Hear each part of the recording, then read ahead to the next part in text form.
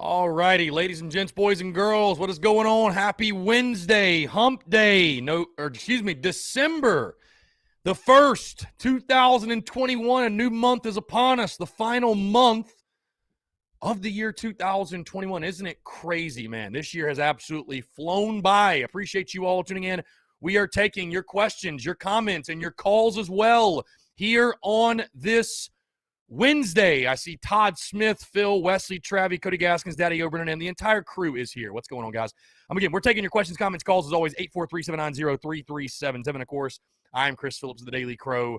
As always, excited to chat with you guys today, taking your questions, your comments, your calls. We can talk Gamecocks basketballs. Of course, it is game day. South Carolina traveling to Conway, South Carolina to take on the Coastal Carolina Chanticleers. Also, of course, the transfer portal's going crazy. The rumors are flying all over the place. And again, I would love to hear your thoughts on it, on what's going to happen in the transfer portal. Also, guys, you're in the Big Cock Club Discord. Head over to the TDC Questions channel. The TDC Questions channel to be sure that your questions are answered. Of course, guys, as you see in the background, in the spirit of Christmas, 'tis the season, right? 'Tis the season. In the spirit of Christmas, we got the Christmas lights up here. You see a couple hanging behind me. We got the lights all over. We got the nutcracker over here in the corner. I felt like it was only right. I'm a big Christmas guy. You know, my birthday's this month as well. Shameless plug. Birthday on Christmas Day. So, again, we are fired up, excited, going to close out 2021 on a very high note. TSUS to the moon. Guys, again, we got a lot to get into, a lot to talk about. Before we do, though, I do want to tell you about our friends over at Dason and Shalabi Law Firm, because the Daily Crow is presented to you by our friends at Dason and Shalabi Law Firm. Guys are young but experienced and aggressive attorneys. They're both former prosecutors who used to represent insurance companies, but switching sides. They both worked at larger law firms where they represented hundreds of clients at a time. And guys, they both left to start their own law firm because they understand you're not just a line item, you're not just a number, you're a real human being, and you should be treated as such. They're a small boutique law firm that treats their clients like family. Guys are going to know who you are and treat you like a client and not a number. They handle injury cases that arise from car accidents and work accidents. Guys, do not try to take on the insurance company yourself. Been involved in any type of accident, no matter what it might be. The last thing you should be worried about is dealing with paperwork, worrying about the insurance company. Let the experts over at Dason and Shalabi Law Firm handle it for you, guys. They use the latest technology to make representation efficient yet effective. Again, guys, let them take care of everything for you. You don't even pay them unless they recover money for you. Rami's in Columbia, Curtis in Charleston. They handle cases statewide. They also offer virtual or in-person consultations at no charge. Guys, give them a call today in Columbia, 803-973-0304, or in their Somerville location, 843-388-3368. Or, of course, your one-stop shop, their website, dsinjurylaw.com. That is dsinjurylaw.com for more information. Again, guys, the friends over at Dason and Shalabi Law Firm. Be sure to check them out and tell them that Chris from the Spurs Up Show sent you. I'm going to try to fix this lighting really quickly. I don't know what's going on with the lighting right here. We got a little bit of a lighting issue. We're learning on the go. A little bit of a lighting issue, but it's fine. We're good. We're rocking. We're rolling. I don't know what the deal is with the light. I don't know. Too bright a light, I think, coming from the window here. Either way, whatever. James Kendall, need a TSUS store update. All my homies are laughing at Mike Bobo. James is petty on a Wednesday. Let's see. Ethan Dalton says, go Vols. Hey, you're in the wrong chat, my guy. You're in the wrong chat. Any news on Rattler yet? No, I've heard nothing.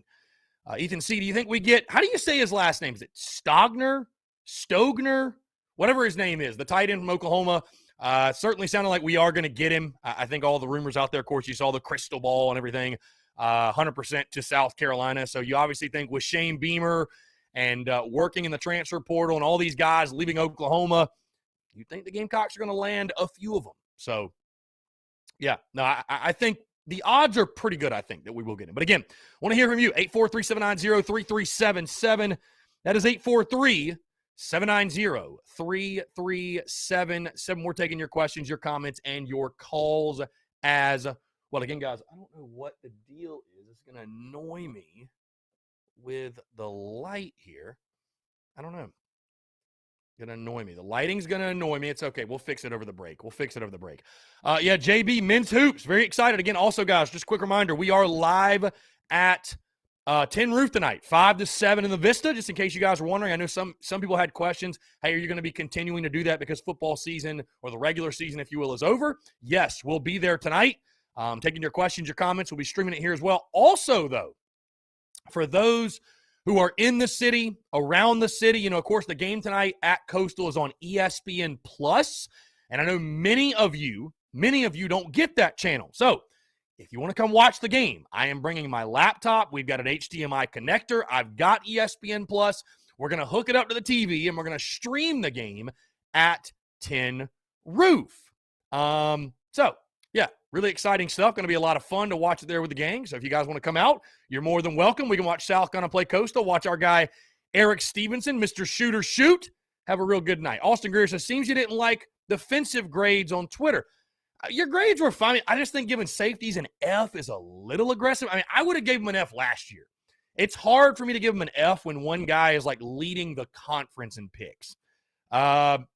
And I'll be honest, I don't think we got burnt over the top nearly as much as in years past. I'm not saying they were great. I'm not saying the secondary wasn't our biggest deficiency, but I think they were better than F.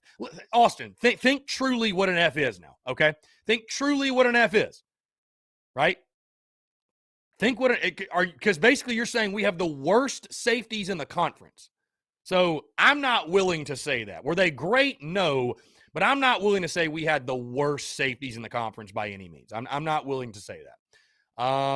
Again, when you have a guy back there that is literally leading the conference in picks, it's hard for me to give them an F. Very hard for me to give them an F. Let's see. Daddy-O, my cousin's best friend's uncle's nieces just rented Rattle an apartment. Yeah. Guy who knows a guy who knows a guy. It is, folks, it is truly, it is insider season. That is a fact. It is insider season. No question. Yeah. I mean, again, people have sources. I'm not knocking that, whatever. People hear things. I hear things, whatever. But, I would just say be cautious. Take everything you hear with a grain of salt. Take everything you hear with a grain of salt. You know what I mean? So take everything you hear with a grain of salt. So you just never know. This is the time of the year where people are just running with rumors and, seeing if something sticks. That's really all it's coming down to. Austin, we do statistically other than Missouri and Vanderbilt. Austin, what statistics? Because I know what the passing yards per game statistics are, and they were vastly improved. We had one of the best pass defenses in all the conference. So what statistics? I'm confused. Educate me because I'm confused. I mean, I don't know what statistics you are referencing, if we're being totally honest. I mean, again, if you want to give the safeties an F, fine. I just disagree with you. I disagree with you as a whole. I mean, I think probably C minus, D plus, but an F's tough. Again, maybe we're just splitting hairs here. Luke Boyd, about what time of the year will the portal guys announce their commitments? I'm just wondering. Luke, your guess is as good as mine, man. Whenever they find a place they want to play. I mean, really, who knows? You know what I mean? I mean, obviously, it's got to be some point soon because you want to get on campus and get in school and get ready for spring ball and all that. But, I mean, your guess is as good as mine, my man. Your guess is as good as mine. Again, guys, I asked the questions, though. Austin Greer brings it up. I asked those questions on Twitter because Friday's show, just wanted to get a gauge on how you guys felt, because Friday's show will be my full postseason breakdown, recap, grades, highlights, if you will. Just really a look back and a recap on the 2021 regular season that was. Again, I know we still obviously have a bowl game to go, but I thought, you know what? Instead of waiting, 3 or 4 more weeks until we talk about it, let's just go ahead and look back on the season that was. And what's really interesting, guys, is this, because, again, we can continue to talk on this. I know people are still clamoring for Marcus Satterfield to be fired, changes to be made, what have you, and that's totally fine. But I ran across – oh, here we go. We'll go ahead and jump to the phone lines first. Call from Dave Garrett. Dave, what's up, man? How are you? Hey, man, it's an exciting morning. I'm excited about the work you do. I'm excited about everything going on with the transfer portals and the bowl game. I don't care where we go to the bowl game at, just as long as we get the extra practices and keep our name out in front for recruiting. But I'm also excited by, and I'm blindsiding you here a little bit, but IWE Pro Wrestling, who is arguably the best promotion in Georgia, has given me the green light to negotiate with you to make a personal appearance in 2022. There we go. That is good news. I hope the rest of your week is good, and thank you for all you do, and I will be talking to you soon, my friend. Take care. Love it, Dave. Thank you. Hell yeah, that is awesome news. Love that. David Garrett calling in, injecting the positivity and good news here on a Wednesday. We love to hear that. And again, he brought up something which I was about to get to, was going to a bowl game, don't care where we go. And again, it's totally fine, guys, to look back at the season and say, hey, adjustments have to be made. Maybe some staff changes have to be made. And Tim Branch says Satterfield's not going anywhere. Give the man time. I don't know. Tim, I don't know if he is. He might be. He might not be. According to things I'm hearing, he might be. He might not be, but he might be. You got to wait and see. But I just ran across some clips from literally middle of summer when I dropped my game-by-game predictions and, was talking about my projection was 6-6. And I also, on my personal Twitter account, guys, just posted all my preseason projections and the actual results. And, of course, I had Salkin a lot in 6-6, 3-5 in the SEC. And the Gamecocks went 6-6 and 3-5 in the SEC. But, again, the clips over the summer that I ran across, I was talking about having perspective and, just how incredible making a bowl game would be. How incredible making a bowl game would be. And I just, again, I'm going to talk about it on Friday in depth, but I hope people don't lose that perspective. Like, I understand the offense wasn't what we wanted it to be. I get it. And I'll address something that Austin Greer just said in the chat in just a second. But really, like, on one hand, again, do adjustments need to be made? Absolutely. Do you have to get better? Absolutely. But I don't get the misery of some people, man. I don't get it. I don't get it. Because I feel like 98% of us agreed in 98% of us agreed in the preseason that 6-6 would be a great year. A great year. And now I find myself, and I understand what happened against our arch rival. I get it. But again, I watching those clips back, I was like, man, it really was a good year. Like, it really was a good year. It really was. It was a great year. I mean, 6-6, guys, I am giddy over 6-6. I'm giddy over it. We overachieved. Flat out, we overachieved. Flat out. Again, and get into the offensive coordinator conversation. Will Marcus Satterfield go? Will he stay? Whatever. I don't know. But again, I think it's 50-50 in regards to, was the play calling great? No, but the personnel wasn't good either, guys. The personnel wasn't good either. It wasn't. How anyone could look past that is baffling. How anyone could look past that is baffling. Again, it's so easy to pinpoint just strictly play calling. Well, that's because people don't want to hurt anybody's feelings. They don't want to say, well, our offensive personnel wasn't very good. I mean, you started the season off at quarterback with a guy that was not even on your roster entering fall camp. And then you finished the season at quarterback with a guy who transferred in from FCS. So, yeah, going 6-6, pretty damn dope accomplishment when you factor that in. And if you would have told me those things in the preseason, and again, this is not my defense for Marcus Satterfield. It's not. Because I don't care if he stays or goes. I don't care. You want to get somebody else. If there's a home run hire out there, go get him. Cool. I'm game with that. I am game with that, because you are what the numbers say you are.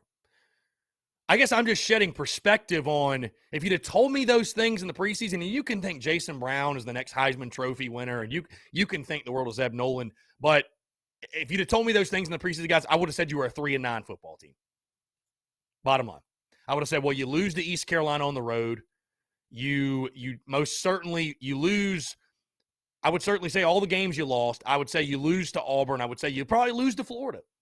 Yeah, I would say you're a 3-9 football team. You maybe lose to Troy. I mean,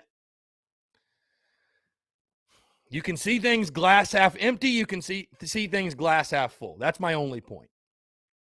So I just don't know how many OCs would have had massive success with this personnel. Receivers were what I expected. They weren't very good. Josh Vann emerged. Sure, outside of Josh Vann, guys, we didn't have a single threat on the outside. Didn't have a single one. Tight ends, I mean, Jaheim Bell stepped up, but I think teams targeted our tight ends. They knew we were going to throw to the tight ends. Nick Muse didn't have nearly the year I thought he was going to have. I mean, the biggest indictment on the offense was we couldn't run the ball. That was the biggest disappointment because people spent 6 months convincing themselves that Kevin Harris was the second coming of George Rogers. And he isn't. And he wasn't. So again, I'm not, this is not my pitch to keep, because I could do this exact conversation we're having on the flip side of, hey, again, you scored 21 points per game. The play calling at times was baffling. The scheme, questionable. Austin Greer says Muse was never targeted. Well, did he get open, Austin? Did he get open? Can't throw to a covered guy. Did he get open? Was he doubled? But I just, people that say, man, if we just had a competent offensive coordinator, we'd have gone 7-5 or 8-4. 8-4, man, this team was never going to go 8-4. This team was never going to go 8-4. Ever. That was just unrealistic thinking all throughout the preseason. And we tried to tell you. Those who are level-headed tried to tell you. Again, you can look at it as, man, if we did this, this, and this, we could have went 8-4. But I could say, well, thank God you did this, this, and this, or you'd have gone 4-8. So, I mean, there's both ways you can look at it. I like to be the devil's advocate, guys. I'm in the business of presenting both sides of the conversation. Do adjustments have to be made going into next year? Yeah, because you can't score 21 points per game again. Does that mean getting rid of Sat? I don't know. That's a decision Beamer's got to make. I can tell you one thing, though. Whether you get rid of Satterfield or you bring him back, you better improve personnel because the personnel's not good enough. It's not. It's not good enough. And I love those guys on that team. It's not good enough, man. All that love stuff's out the window. This is a business. It's a business. It's about winning. It's about putting the best possible product in the field. That's it, man. If you get your feelings hurt, SEC football ain't for you. I mean, that's just it, bottom line. So, and now that the season is concluded, the regular season's concluded, we can look at it, I think, through a very honest lens, which is healthy in my opinion. Again, we had a great year in my mind. In my mind, we had a great year. In my mind, we had a great year. What's funny, again, I told you guys, what's funny, though, is if we'd have gone the same record and our defense was just atrocious, right? Clayton White was even more clueless than you guys say Satterfield is. But if we'd have scored 40 a game, oh, we had a fantastic season. We're awesome. We're great. But it's because people don't want to watch teams win defensive slugfests and don't want to watch boring, that style points matter in college football. People don't want to watch you beat Troy by 9 points. They just don't want to do it. So, and that's okay, but that is the reality. Let's see, Austin Greer, how do you recruit and get transfers when your offensive coordinator product was as bad as it was this year? Well, Austin, here's what I tell you, Austin. Hey, I would say our offense needs playmakers. That's why we struggled this year. That's why our play calling looks so bad at times, because we don't have playmakers to execute what we're calling in game. Why don't you come be that game changer for us? Which your response would be, and I'll give you the floor. How about that? Let's see. Yeah, Braddock, Parker can still get the record. Again, 843-790-3377. Guys, that's 843-790-3377. Phil says in the TDC Questions channel, Big Cock Club Discord, daily weather report for New Hampshire, 40 degrees and partly cloudy. Phil, how about this? I think the high today is like 70. The high on Friday is like 77. Love South Carolina. Absolutely love it. Cayman Lightsy, if Satterfield's let go, what do you think about giving Dan Mullen a call? I just wonder, would Dan Mullen go from being a head coach to an OC at South Carolina? Justin, what up, TSUS gang? Praying for Coastal Carolina University. I just heard they have a campus lockdown due to the real Carolina coming in tonight, shooting out the gym. Hashtag shoot or shoot. Indeed. Ricky Turner, regardless of the on-field product from this past Saturday, looking from the outside. Okay, we already got a call. Y'all know who it is. From Robbie Davis. Y'all know who it is. to accept. Robbie, what's up, man? How are you, man? I'm doing well. Appreciate you asking, man. What's going on? Okay, first off, like I said before, I'm going to trust in Beamer in building this program because I got two things to tell you and then I'll get off of here, okay? One, whenever a contractor is building a building, you don't just make the foundation and then just get into the building, correct? Right. You build the foundation, and then you add the walls, you add the doors, you add the windows, add the security systems, what have you. Okay? You don't just it's the same with building a program in sport, a winning program in sports. You don't just start with the foundation and then just stop. Okay? It takes time to build a winning program. In high school, in college, in the pros, it doesn't matter.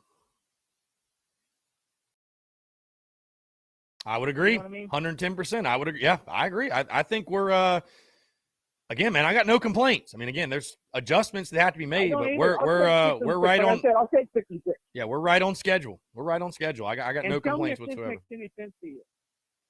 Tell me if this makes any sense to you. You remember my cousin I told you about that was a Tar Heel fan? Mm-hmm. I do. Okay, so he thinks that the most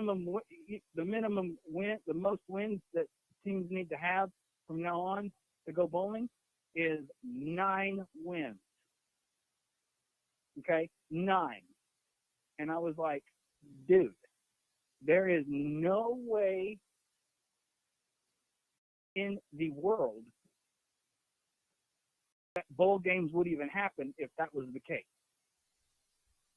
If the minimum wins moved up to 9 wins, there ain't no way bowl games would be happening this year. No way. Some teams are 7-7. Some teams are 8-5 or what have you. You know what I mean? Yeah, your friend sounds like an idiot, honestly. Well, he's a relative. He's my cousin. Well, it's a shame. That's a I was shame. like, that don't make sense. I was like, if that were to happen, the bowl games wouldn't make money, and neither would the teams that are in the bowl games would make money. Yeah, your cousin sounds like an idiot. No other way to put it. He sounds like an idiot.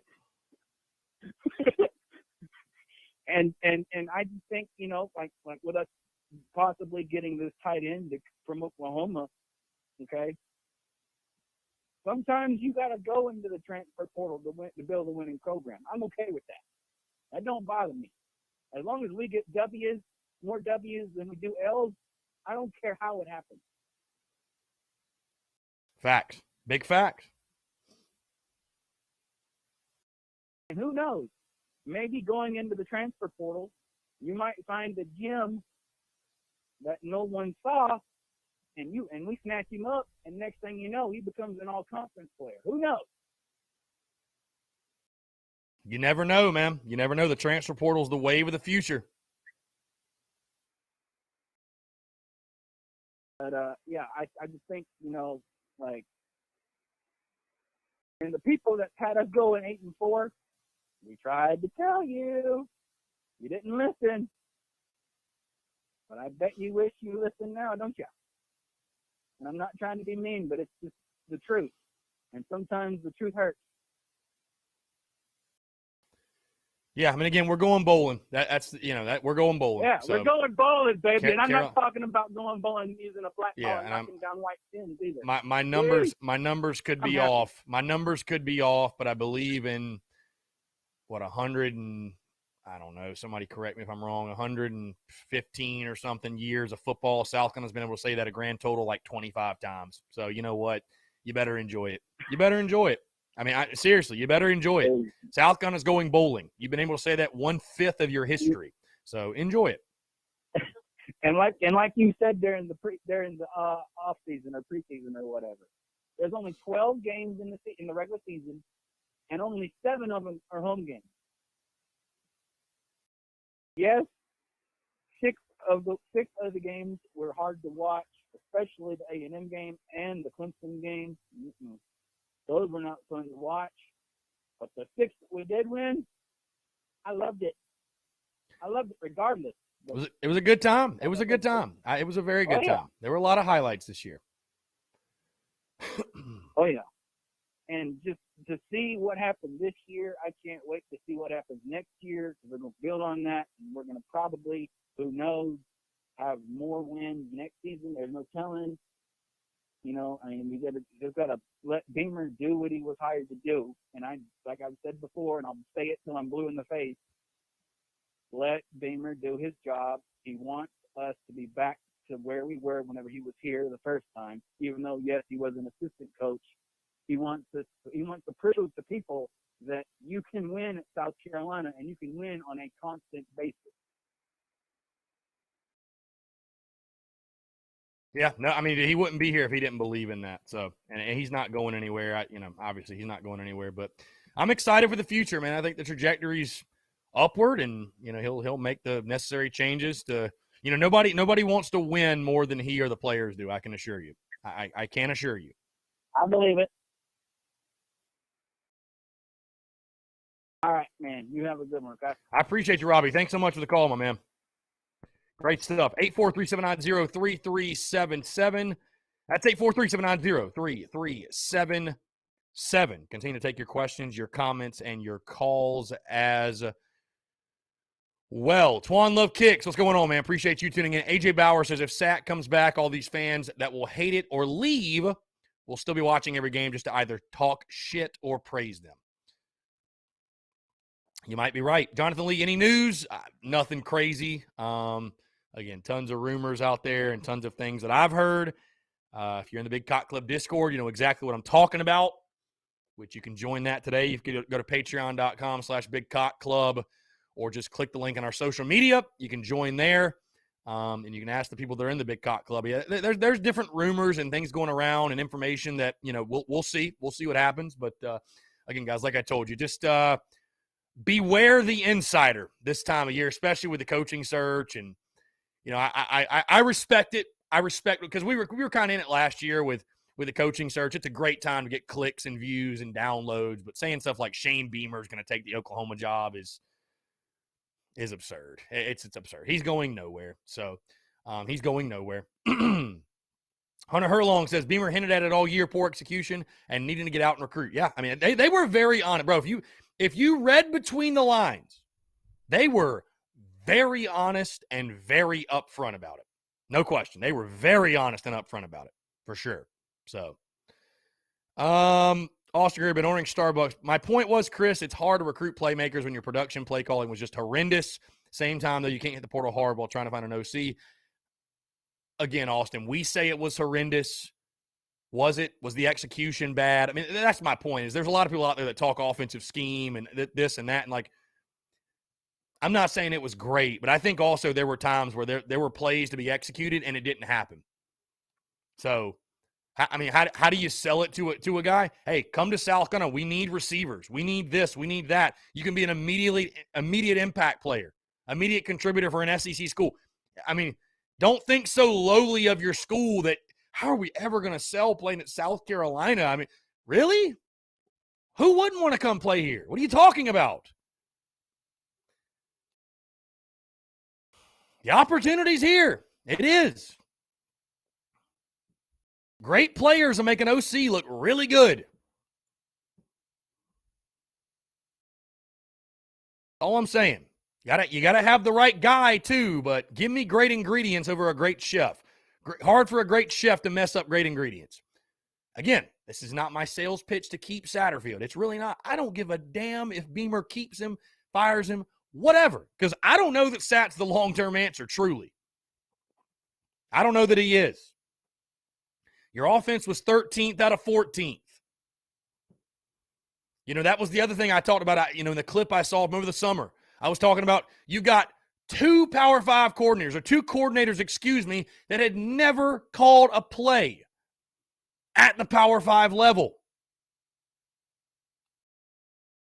So you knew it was a risk. And I understand fans feeling some type of way about Sat because, that's not what you were advertised to get. That's not what you were advertised to get. We thought we were going to get a big-time OC with a name, with a track record, and it didn't happen. So, again, a move still could happen, guys. A move, it's just the beginning of this madness. It is just the beginning. It is truly just the beginning of this madness, right? I mean, we've seen it all over college football with the coaching changes and the transfer portal. Just the beginning.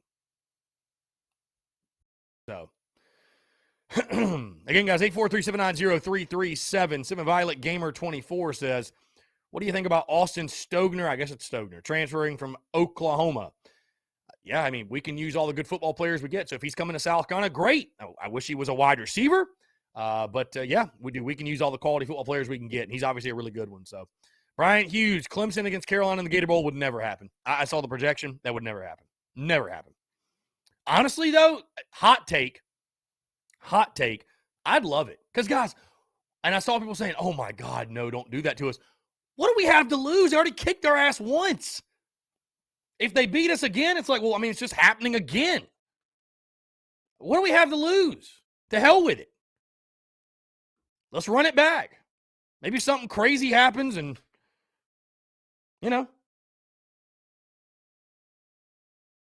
why not? Let's run it back. Who cares?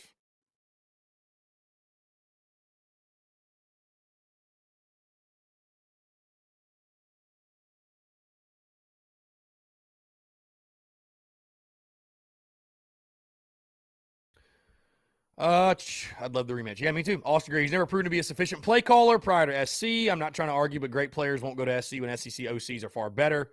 South Carolina doesn't have the pull factor like others. Well, then I guess we're screwed, Austin. I guess we're screwed. No point in tuning in next year. No point in tuning in.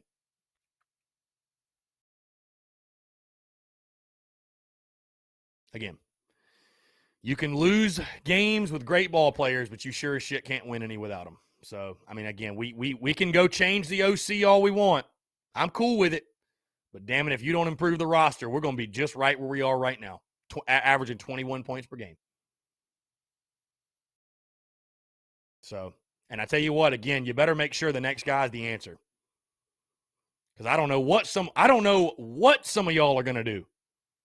If we change OCs and the offense still sucks, well, then what are you going to say? Just change them again? Just go on a yearly cycle. Just change them again. Every single year, just change the OC till it works. I mean,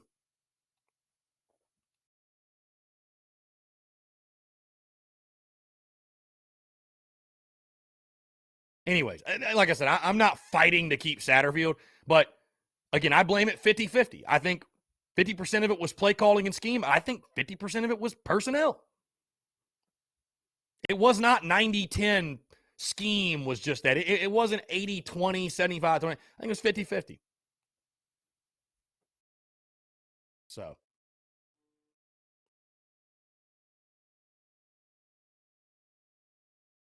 Let me put it to you this way. I said it yesterday, too. If I could get Spencer Rattler or a new offensive coordinator, I'm taking Spencer Rattler. So. That's just me personally. Again, 843-790-3377. That's 843-790-3377. And I'm sure many people expect me to be on the fire Satterfield train or fire a coach train because of the Muschamp stuff, but I don't know, man. I didn't expect this to be good offensively anyways. I didn't. So what we did with a grad transfer and an FCS QB. Will for Darty Myrtle. Not shocking. So To accept, press. Will, what's up, man? How are you? What's up, buddy? Dude, just hanging out, man. What's going on?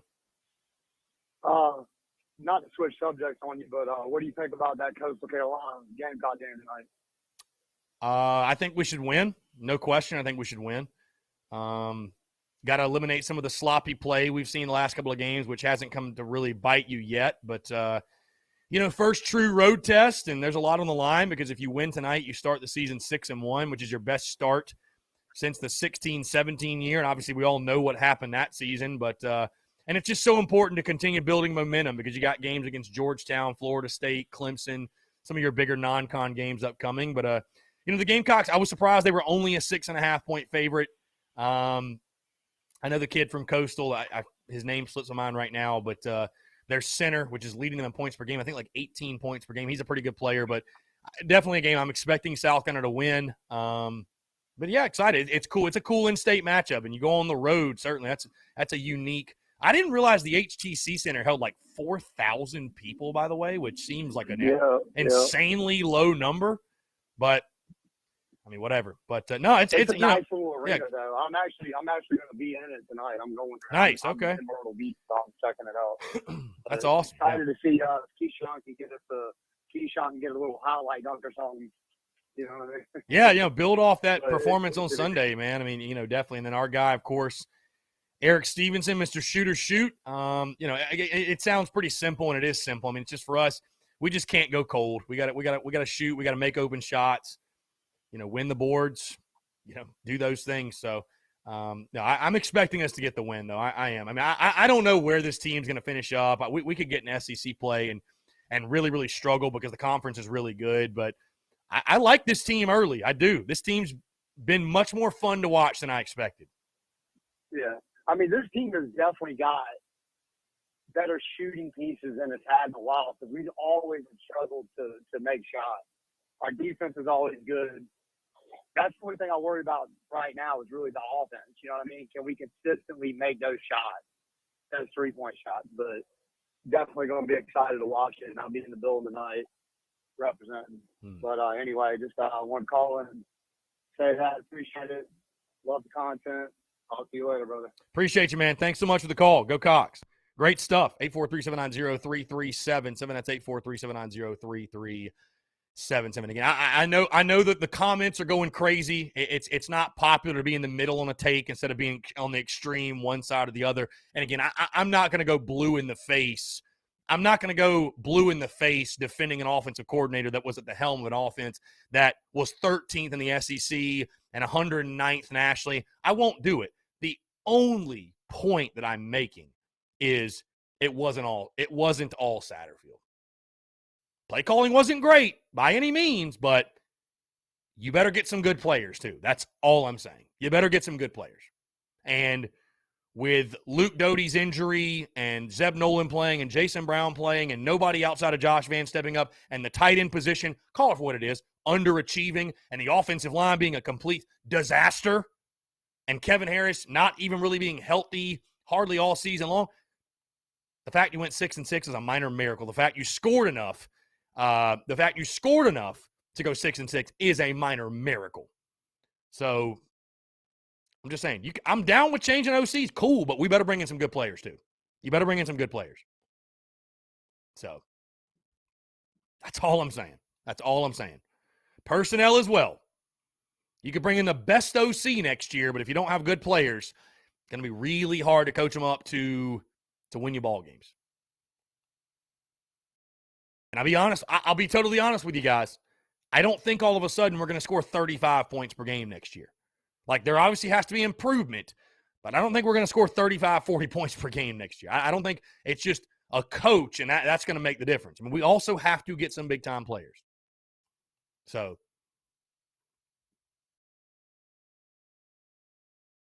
anyways, again, it's a very hot topic for sure, very hot topic, one that we will continue to discuss, and I know you guys will continue to bitch until Satterfield's fired, which is totally fine. That's what makes my show great and what makes this thing great. But will he return? Will he? I don't know. But you got to trust Beamer either way. Coach Ford, he says, we'll be hoping for 6-6 next year. Coach Ford, you're probably going 6-6 next year either way. Either way. I don't think you're going to go from 6 to 8 or 9 wins in year 2. 7-5 will be a great year next year. 7-5 will be good progression in my mind. So it's not going to happen overnight. So anyways, guys, 843-790-3372. You guys are fired up on a Wednesday. I like it. We talk Satterfield and you guys get going. I like that. We'll continue to talk about that. Satterfield, do you think he should stay? Do you think he should go? I'll ask you this. Pros and cons of his return and pros and cons of his dismissal. I don't know.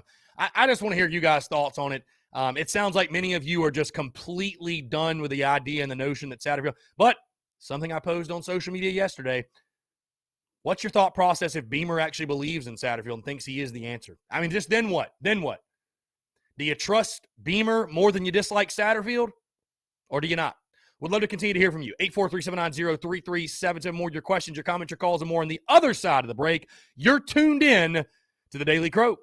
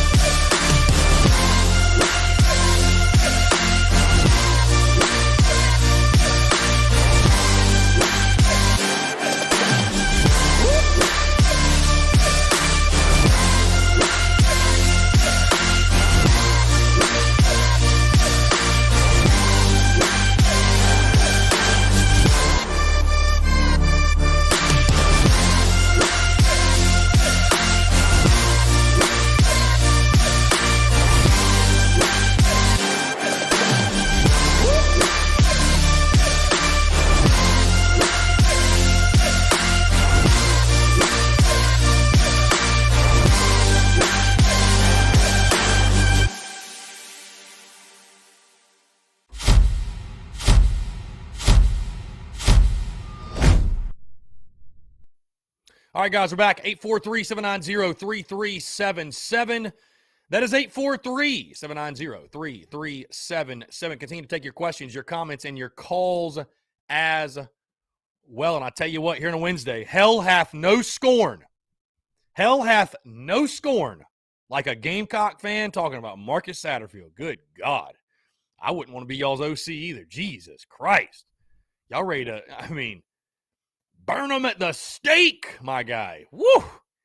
Tough. I love it. Y'all fired up. I love it. I love it. You got to love the Gamecocks fans' passion. We get you, our passion is unprecedented, so I love it. But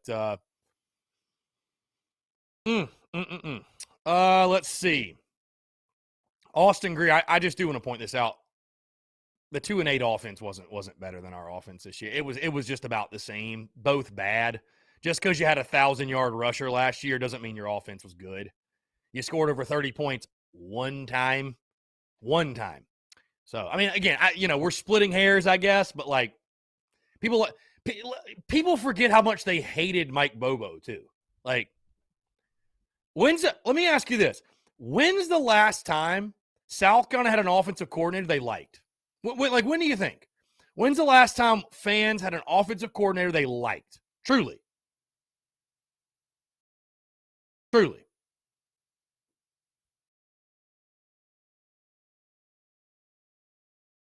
I love it, man. Like the Satterfield, fire, the vitriol to Marcus Satterfield. The vitriol. I tell you what, fans ain't even going to watch next year if he comes back. I don't know. Hey, either way, at the end of the day, I trust Shane Beamer. He'll make the decisions. He'll make the decisions. So he'll make the decisions. It's on him. So I guess if Beamer decides to retain Satterfield, y'all can call for his head next. I don't know. Yeah, Ryan Chris Benson's G.A. Mangus. Honestly, I don't think there's been a damn OC since. So, isn't it wild? 5 OCs couldn't figure it out on offense here. 5 OCs. Some of y'all probably hell in relationships because you go from chick to chick to chick or dude to dude to dude, and you keep blaming them. It's like, nah, homie, it's you. It's you. Like, maybe it's us. God, maybe it's us. Maybe it's our offensive talent. I don't know. Nah, obviously early in the Muschamp days it wasn't. And when you had guys like Debo and Brian Edwards and Hayden, and so. Let's see. Eric Fryer, what's wrong with Beamer calling plays that inputs from Shaw as QB coach, Stepp, and Kimry? Well, Eric, I hear you. But do you think that's the long-term solution? Do you think that solves the problem? I'm asking. Because again, in case you missed it yesterday, and I don't think my take is a crazy one. I think my take is a very level-headed, well-thought-out one. That, again, I have no issue with getting rid of Satterfield. Your offense was 13th out of 14th in the SEC. Got no issue with it. Right? Numbers speak, and it's a cutthroat business. And, hey, you're not producing? Bring somebody else in. You're getting paid a lot of money to produce. Right? Getting paid a lot of money to produce. But the next guy you bring in better be a home run.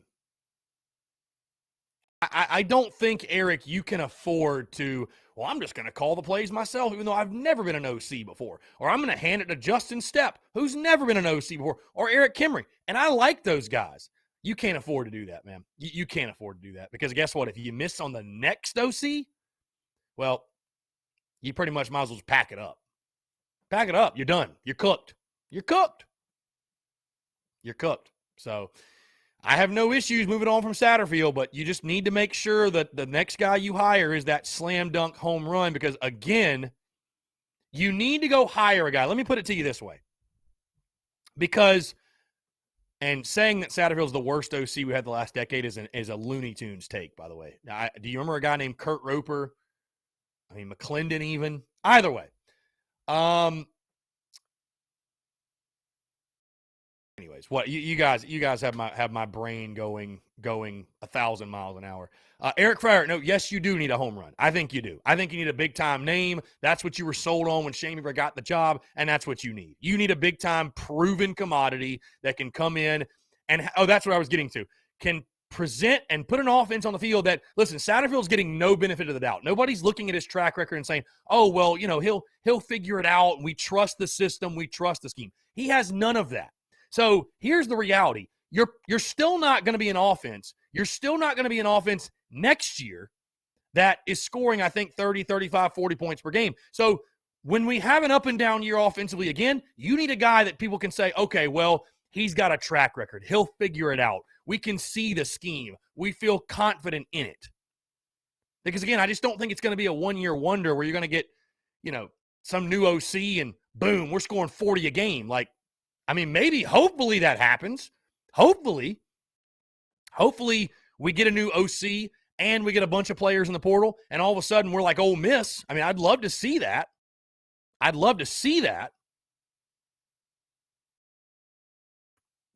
So, yeah, Joseph.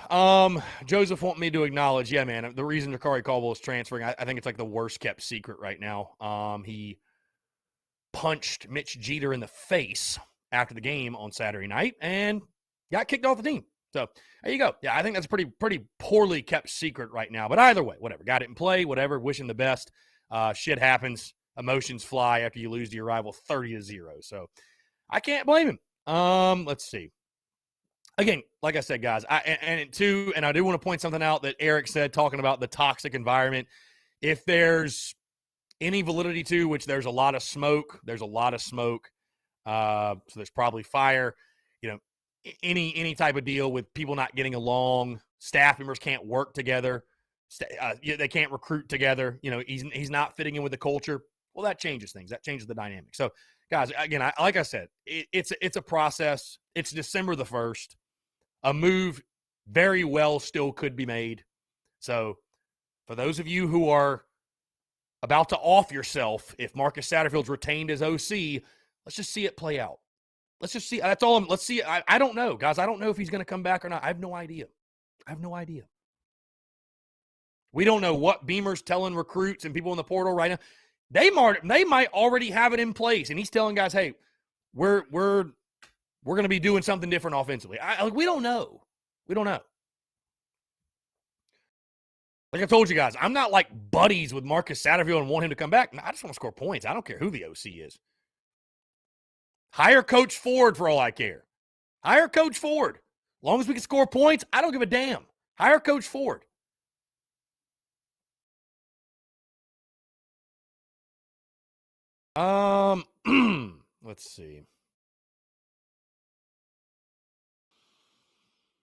Let's see. J-Rock, Chris, what's the deal with Jalen Brooks? Heard he did something that would keep him from coming back. Just personal issues, man. From what I've heard, he will not return to South Carolina. So, personal issues, and wish him the best, and hope he gets it figured out soon. So, again, 843-790-3377. That's 843-790-3377. Again. Play calling's got to improve. Scheme's got to improve. Personnel's got to improve. It's all got to improve. Adjustments had to be made. Let's give Beamer the opportunity to make said adjustments. So that's it. As I told you guys, the popular quote, it's more popular to go with the avalanche than get buried by it. So, I know everybody wants me to come on here and kick and scream every single day about fire Satterfield. I'm just going to trust Beamer. Let him work. Because, hey, guess what, guys? You hired him to be your head football coach, and if he says that Marcus Satterfield's the best option and it really just was personnel and we believe in his scheme, then what choice do you have? Coach Ford don't go to games anyways. Who gives a damn? What choice do you have? But your head football coach, Shane Beamer, also might pull the trigger and say, you know what? We need to make a change. So, who knows? But you hired him to do the job. He's the one getting paid $2.75, not me or you or Coach Ford or anybody in the Big Cock Club or anybody. So, Cody Gaskins says in the TDC Questions channel, speaking to the Big Cock Club Discord, now with the transfer portal the way it is, do you believe rebuilds will only take teams maybe 1 to 2 years to get back on track? I don't know, it's hard to put like a timetable on it, Cody. It depends on the position. It depends on different factors.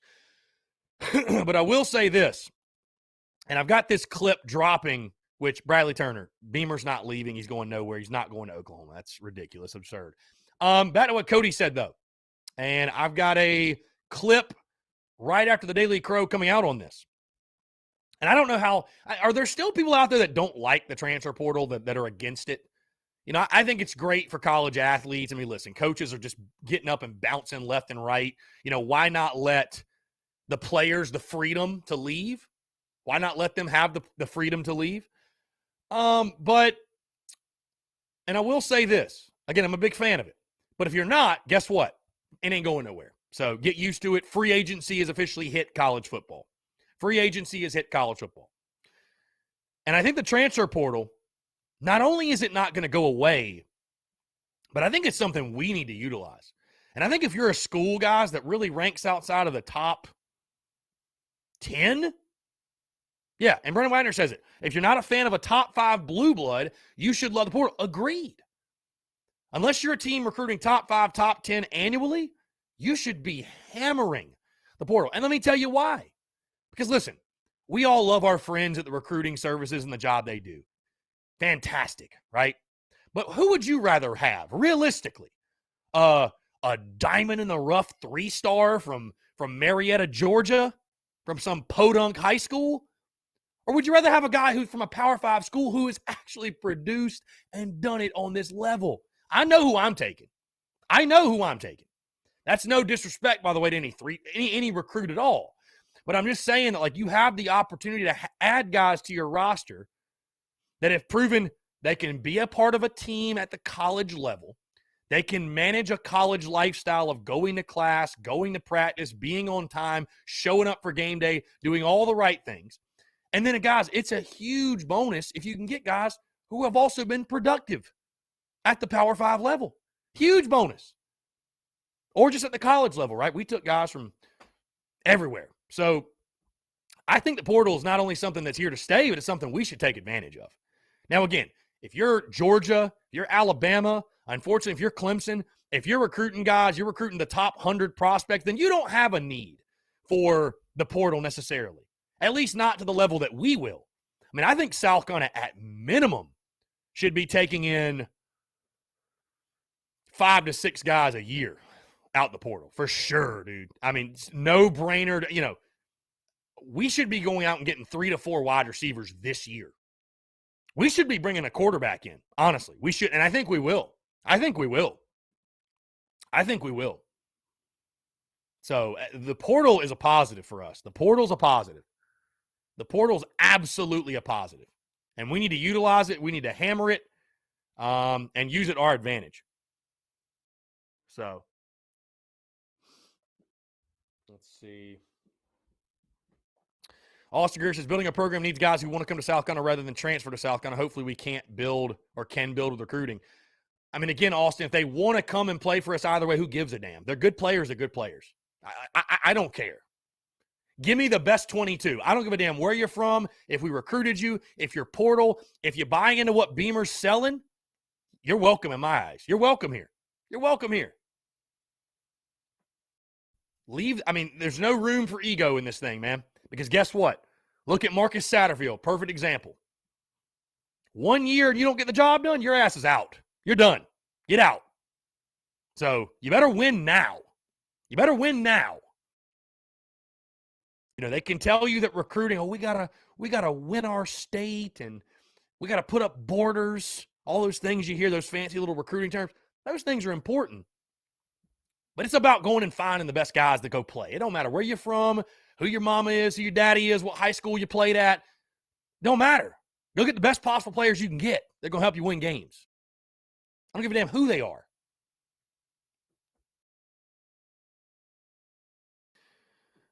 Rick Foreman, sorry if this is discussed already, but what do you think of the odds of Rattler coming here are? And would you be okay with that? Okay, so maybe this is a hot take for some of you. I mean, not really. You guys probably know where I stand since I literally had it on the whiteboard yesterday. I'd love to see Spencer Rattler come to Carolina. Personally, I would. I mean, again, you hired Beamer to, hey, get him to buy in, Shane. Get him to buy in. And obviously, if he's not going to, and Shane Beamer determined, hey, his attitude is unfixable, then I get it. But he's going to go somewhere. He's going to go play somewhere. He's going to get drafted, right? He's going to be an NFL guy. So why not? Why not Carolina? God, I'd love it. I'd love this. Dude, and you know why I'd love that? Number one, that is a bold, ballsy move that we never make. That's something, Carolina, we don't do. We don't make those kind of moves. We don't make those kind of moves. And the other thing, too, is getting a rattler, and the odds are probably very, very slim. Getting a rattler, though, would put us on the map nationally, man. We'd be must-see TV every weekend. So.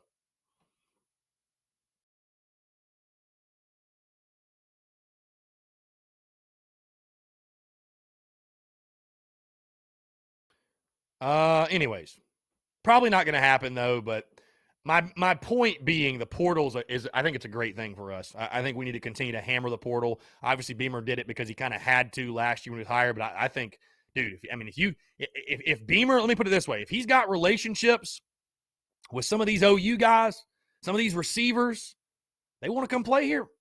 What are we going to tell them? No? You crazy? Take them all. Bring them all. Bring them all. Dude, hell yeah. Bring them all. So, John Arthur, the only issue with the portal is the coaches that will overdo it to the point they are relying on guys who only have limited eligibility, recruit to sustain and fill the holes with the portal. Well, John, of course. Yeah, you have to be smart about it.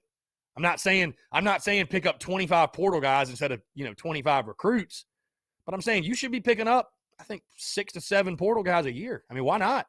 And, of course, again, it's the coach's job to understand this person has this much eligibility and we got to bring these. These guys get paid the millions of dollars to do that. That's their job. But I'm just saying that, again, if you're able to upgrade your roster out of the transfer portal, a school like South Carolina, I think you should take advantage. I really think you should take advantage. It's a no-brainer to me that you should take advantage. So, again, that tight end, for example, from Oklahoma, y'all going to say he shouldn't come here? I don't think so.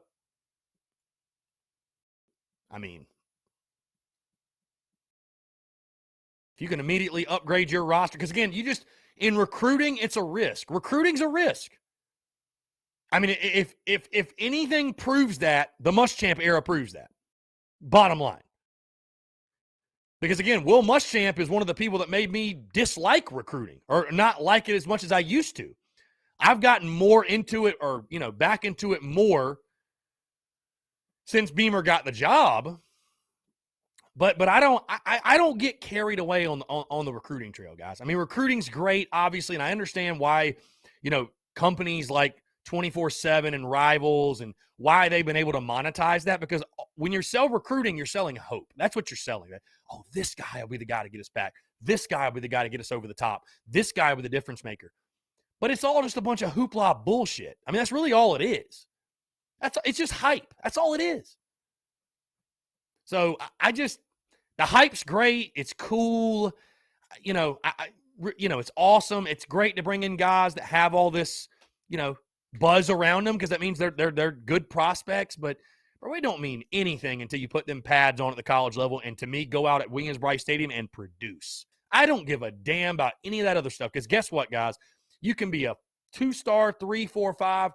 Once you get on the proving grounds, you get on the practice field, you get at Willie B, them stars are gone. Them stars don't matter. Them stars don't matter. I'm not taking anything away from what stars mean in recruiting, because you look at the top schools in the country, and guess what? They get the most 5 stars. But, recruiting is a risk. Recruiting, especially when you're bringing in a class, and let's call it for what it is, when you're bringing in classes that are majority 3 stars, they're not all going to hit. Some of them are going to miss. Some of them are going to miss. Flat out. Hey, some 4 stars are going to miss.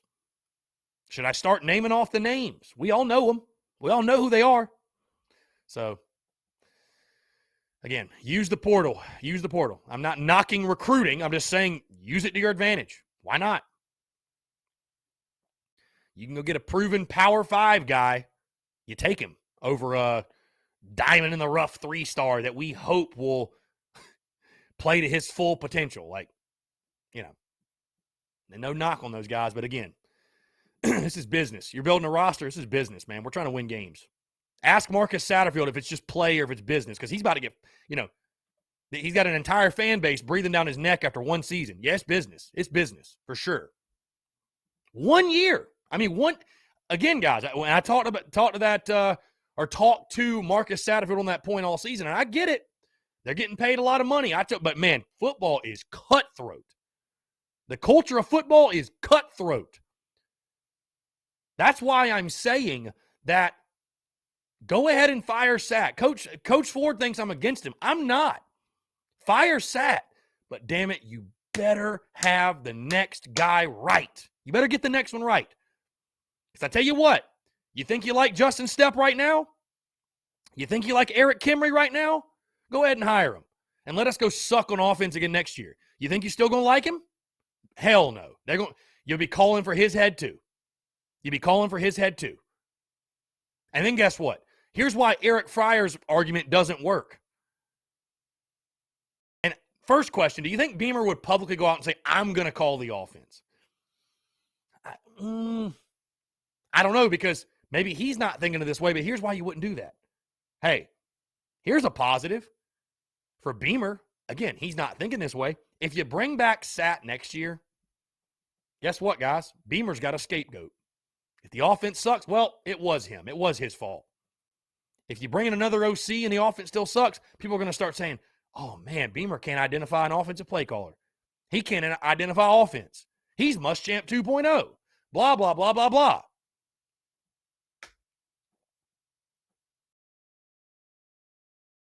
If Beamer comes out and says, I'm going to call plays and have input from Stepp and Kimry.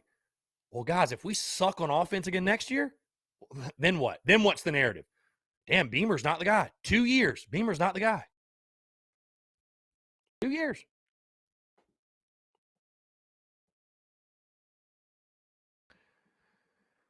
Austin Greer, I'm so glad you brought this up. Debo was ranked the 112th best wide receiver out of high school. Hate to say it, but Muschamp brought up some great offensive talent, except that Debo was a Spurrier recruit. So thank you, Steve Spurrier, for that. You might remember that Debo was a freshman in 2015. So he was a Steve Spurrier player.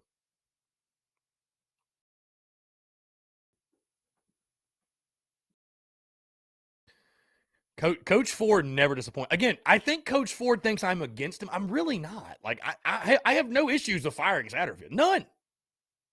But football is cutthroat. You get 1 year. It is cutthroat. We'll agree to disagree. It is cutthroat. When coaches are getting fired after a year, head coaches are getting booted after 2. But Coach Ford says it's not about cutthroat. It's about the fact that we endured the same offense. For 5 years under Will Muschamp. Then Beamer comes in and brings the same tired offense with him. We needed an infusion of energy in a new direction. Okay, he also says, will not have a scapegoat. He is what he shows himself to be right now. That is what I have been talking about with starting over in year 3. So then, all right, so you're saying Beamer is what he shows himself to be right now. So then I guess you're out on the Beamer era. Austin. Okay, maybe Spurrier didn't recruit Debo. Austin, but Debo was literally a freshman in 2015 before Muschamp, when Muschamp was at Florida. So what are you talking about? I mean, I know I'm not the smartest guy in the room, but I know because Debo literally caught a touchdown in the 2015 Clemson game. That was his first career touchdown. So maybe Spurrier quit recruiting, right? But Muschamp never touched the kid. Debo was a Spurrier regime leftover. That's all I'm saying. I mean, we're not getting in an argument. I'm just like, let me make sure I check my dates because I remember specifically, Perry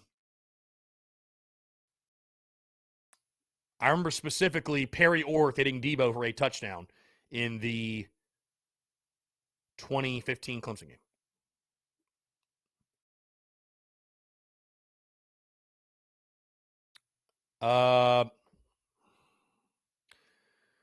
Coach Ford says, I will have no patience for the give me more time at the end of next year. Coach Ford, you don't have patience for anything, my guy. Coach Ford says, if we don't win 10 next year, just fire them all. I mean, I hear you, man. I hear you. I love it. I mean, again, guys, I love the passion because it makes what I do a lot of fun. It makes the Daily Crow incredible. I mean, we got a great crowd tuning in here right now, and the beauty is in the banter, as I always say. Again, because I see another comment too. John Braddock says, your argument is valid. Stay with Satterfield. You could also hurt getting a high-end OC if the talk is Sal Gunner doesn't give you time to produce. Again, John, I'm not fighting for Satterfield to stay. I am presenting the argument of, again, if you fire Sat, you must have a big-time hire lined up. If that big-time hire is not lined up, then I don't think it is wise to spin your wheels and just hire someone else just to hire someone else, because then you will find yourself with this exact same problem again next year. And then what are you going to do? Fire him also? That's all I'm saying. So I don't mind fixing the problem, but you better have the solution ready. Have the solution. That's all I'm saying. I'm not fighting to keep Satterfield. Not fighting at all. Again, Coach Ford is very upset. I can tell Coach Ford is very passionate today.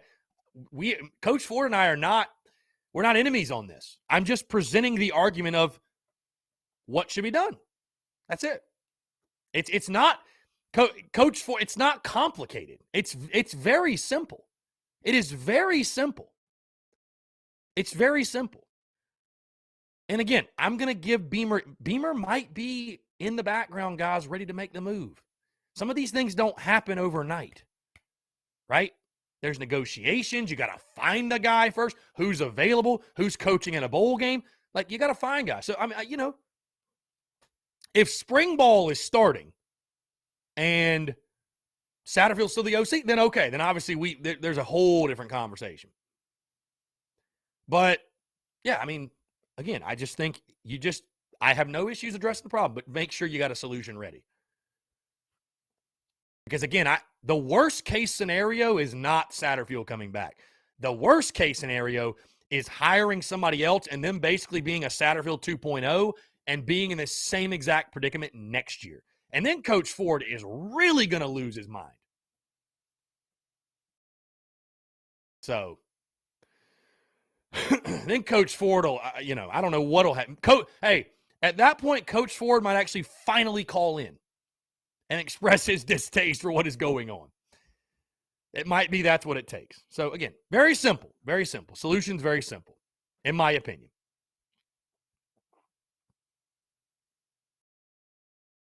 It just is, it is wild to me, some of the disdain after a 6-6. It's not like we went 4-8. I mean, I get it. You got to improve and make adjustments and totally get it. But it's like, man, like our offense was good enough to somehow win 6 games. I know it was defense. Where anybody comes out, I know it was defense, but also ran for 284 on Florida and scored 40 points on them. I'm just pointing out facts. I'm just pointing out facts. I'm not. Don't shoot the messenger. I'm just throwing facts out there. Let's see.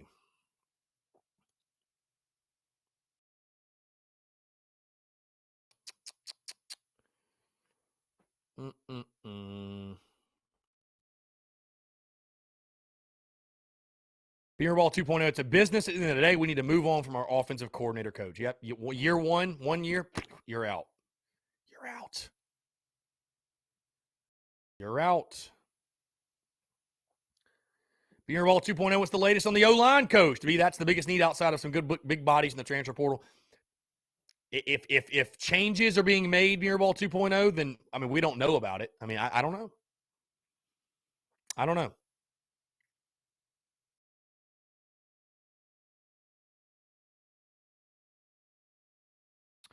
JB says Shane Beamer does not have a very long leash. He has to make the necessary adjustments. There is a new president coming in and likely a new AD taking over next year. Those new hires, good God, the comments are rolling in. Those new hires, we'll take a look at men's athletics and its ROI. The clock starts the day a coach is hired. Shane is going to make the necessary moves because he's a smart guy and knows all of this. What? It's crazy we're talking about Beamer's leash after year one in which he made a bowl game. It is insane. It is insane. It is insane, man, that we're talking about Beamer's leash the year making a bowl. I don't know. Either way, I love the passion today. I love the passion, guys. We're continuing to take your questions, comments, calls again. We can talk Satterfield till the end of time if you guys want. We can talk Satterfield all you want. Hey, we can talk basketball tonight if you really want to. Whatever. Transfer portal, coaching changes, you name it.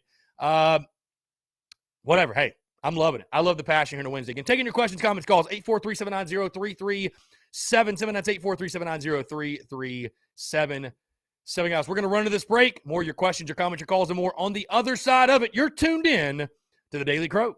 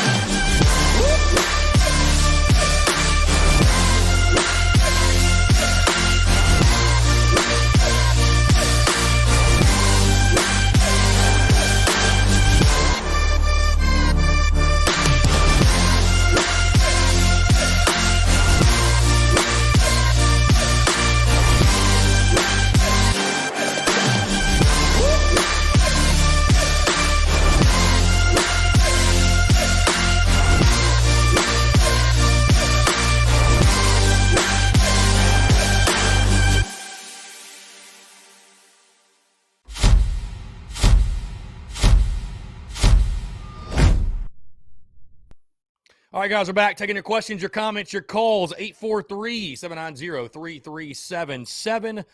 That's 843-790-3377. As the hat says, it's a great day to have a day, folks. Again, I want to continue to hear from you. Whatever you guys want to talk about. Again, we can talk Marcus Satterfield, the coaching drama that is in college football right now, the transfer portal. We can talk Gamecocks basketball because it is game day at Coastal Carolina. Again, I've got the Gamecocks getting the dub tonight over Coastal. So, yeah, bowl game announcements upcoming on Sunday. Very excited for that. Breaking 70, what's up, my man? How you doing? Appreciate you tuning in. Let's see. Let's get back to the questions. Let's see.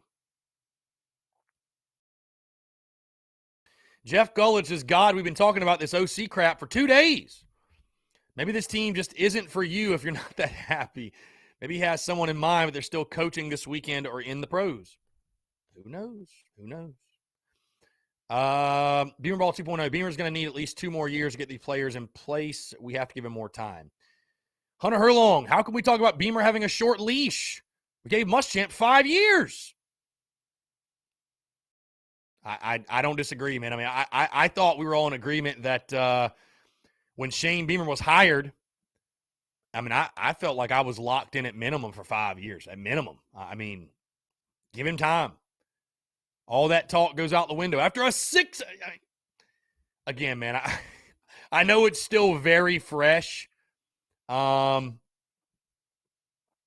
know it's still very fresh, but when you take all the things into account, and you have perspective. I mean, 6-6 in year one, kind of right on schedule, good year. Over in Vegas was 3.5. Clemson Tigers chiming in. Of course he is, because of course Clemson Tigers is. Most Gamecock content creators I'm seeing, which it's funny that Clemson Tigers, of course, a Clemson fan is tuned into multiple Gamecock content creators, of course. But he says most Gamecock content creators I'm seeing are thrilled with 6-6. And I get it after a 2-win season, but that seems the goal now. Just wrong to me. Clemson Tigers, I think you're just trying to be full of shit as normal. Again, it's about having perspective. Is 6-6, let's just go 6-6 every year. That's the ultimate goal. No, but it's year one. So I understand what you're doing. Clemson Tigers. You're trying to insinuate something there when it's not. You're trying to talk shit and whatever, but you're full of shit. So, I mean, you're obviously a dumbass for being into it. I mean, you're a Clemson fan tuning into Gamecock content creators, which, fine, I get y'all don't have anybody worth a damn. You don't even have anybody to celebrate your big W with. But, no, that's just a stupid take. It's very rational and reasonable to have perspective and understand, hey, it's a program that won 6 combined games the last 2 years, 6-6 in year one. We're not throwing a parade for it by any means, but hey, good job. I think it's a good job of what you had to work with. That's it. So, and I'm not big bad. I just think you're an idiot. But it is the anonymous folks that are always the stupidest on these apps and on YouTube and on Twitter and whatever. So I'm not shocked. And no offense to any anonymous accounts out there, but, you know, a Clemson fan and a Gamecock piece of content, just a tale as old as time. I mean, truly. But hey, I get it. You guys won 30-0. Be in here, talk your crap. I totally get it, man. Whatever. It is what it is. Till Carolina does something on the field about it, what can you really say? But no, I just think that's a stupid narrative to push that 6-6 is the X. You know, that's no, dude. It's year one, and getting to a bowl game in year one. You listen to any national pundit, they all agree that was going to be a successful year one for Shane Beamer. So it's not a hot take. It's not a take from Gamecock content creators. It's a take from everyone.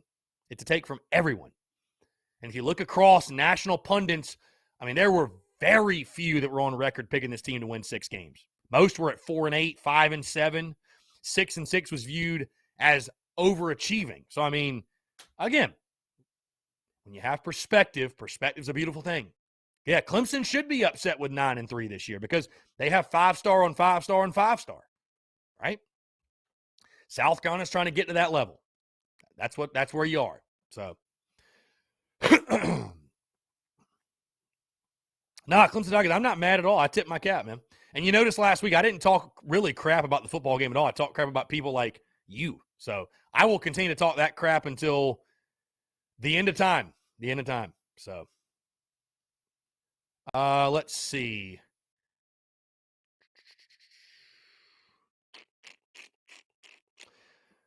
Hunter Herlong. Man, the comments are rolling in. Hunter Herlong says, what I don't get, man, is before the season, most of our fan base is behind our coaches, no matter the outcome, because it was year one. Now that year one's over, now that year one is over, we're going to a bowl game. It's fire this guy, fire that guy. Like, what happened to giving the staff time? Well, you know what happens, man, is just the week-to-week emotions of football and the agony of defeat. You know, the emotions start running, man. Again, this happens every year. It's very easy to say certain things in April, May, June, July, right? It's all just off season. Like, yeah, we go 6-6, great year. And then you get into the week to week. It's kind of like last year, 2020, where people said, hey, there's no chance Muschamp gets fired. You know, it's a COVID year. It's a gimme. It's a mulligan. Very easy to say that in June and July. It's not very easy to stick with that when you're getting your teeth kicked in on a weekly basis. All right, let's jump to the phone lines here. From Phil Harris. Here we go. Phil, what's going on, man? How are you?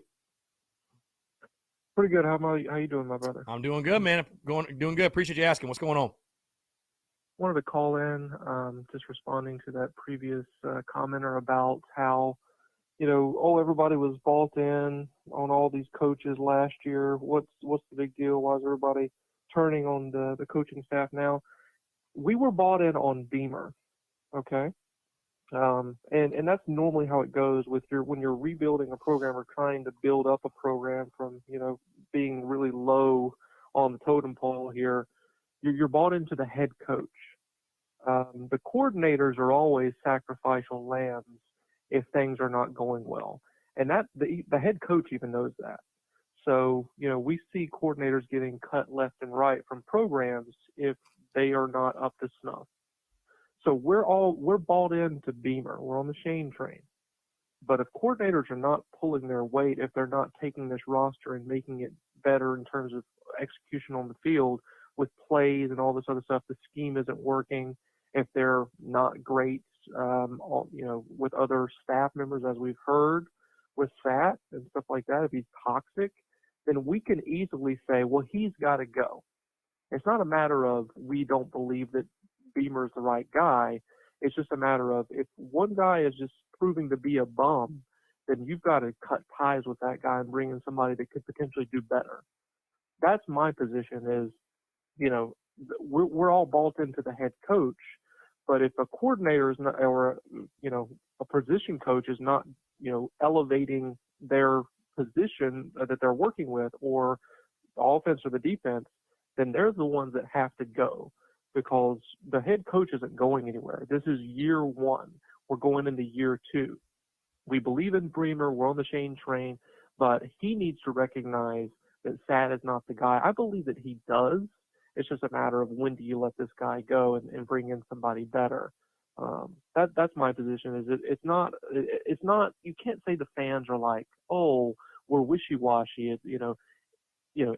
We can look and see on the field that things are not going well, even if the roster's not great. And the stats don't lie, right? If we're 13th out of 14th in offensive production in the SEC, that's not good enough. And if we're 109th, I believe is what you said, out of 130, that sure as hell ain't good enough. So we're not bought into him. He's a nobody that came from nowhere, and is proving to continue to be a nobody bum. So, again, when you hire nobodies, some of them turn out to be nobodies. So you got to cut ties and bring somebody else in that can do a better job. That's my position on it. It's not a matter of we're turning on Beamer or we're, talking bad about the program or anything like that. It's we're recognizing something is not working and saying he needs to take the step and cut this guy out of the program and find somebody better to do that job so we can excel and move forward. That's my position. It's a fair take. That's a very fair take. Like you said, all you can go is off statistics, and whether you want to put all the blame on Sad or not. I mean, his name is on it, right? 13th out of 14th and 109th overall. Yeah, that's result. Again, I would go back. I'm not disagreeing with you at all, Phil. I think because what I do go back to, I will say is again, I don't blame Gamecock fans for feeling underwhelmed because this wasn't what you were sold on in the beginning anyways. I mean, you were sold That's that right.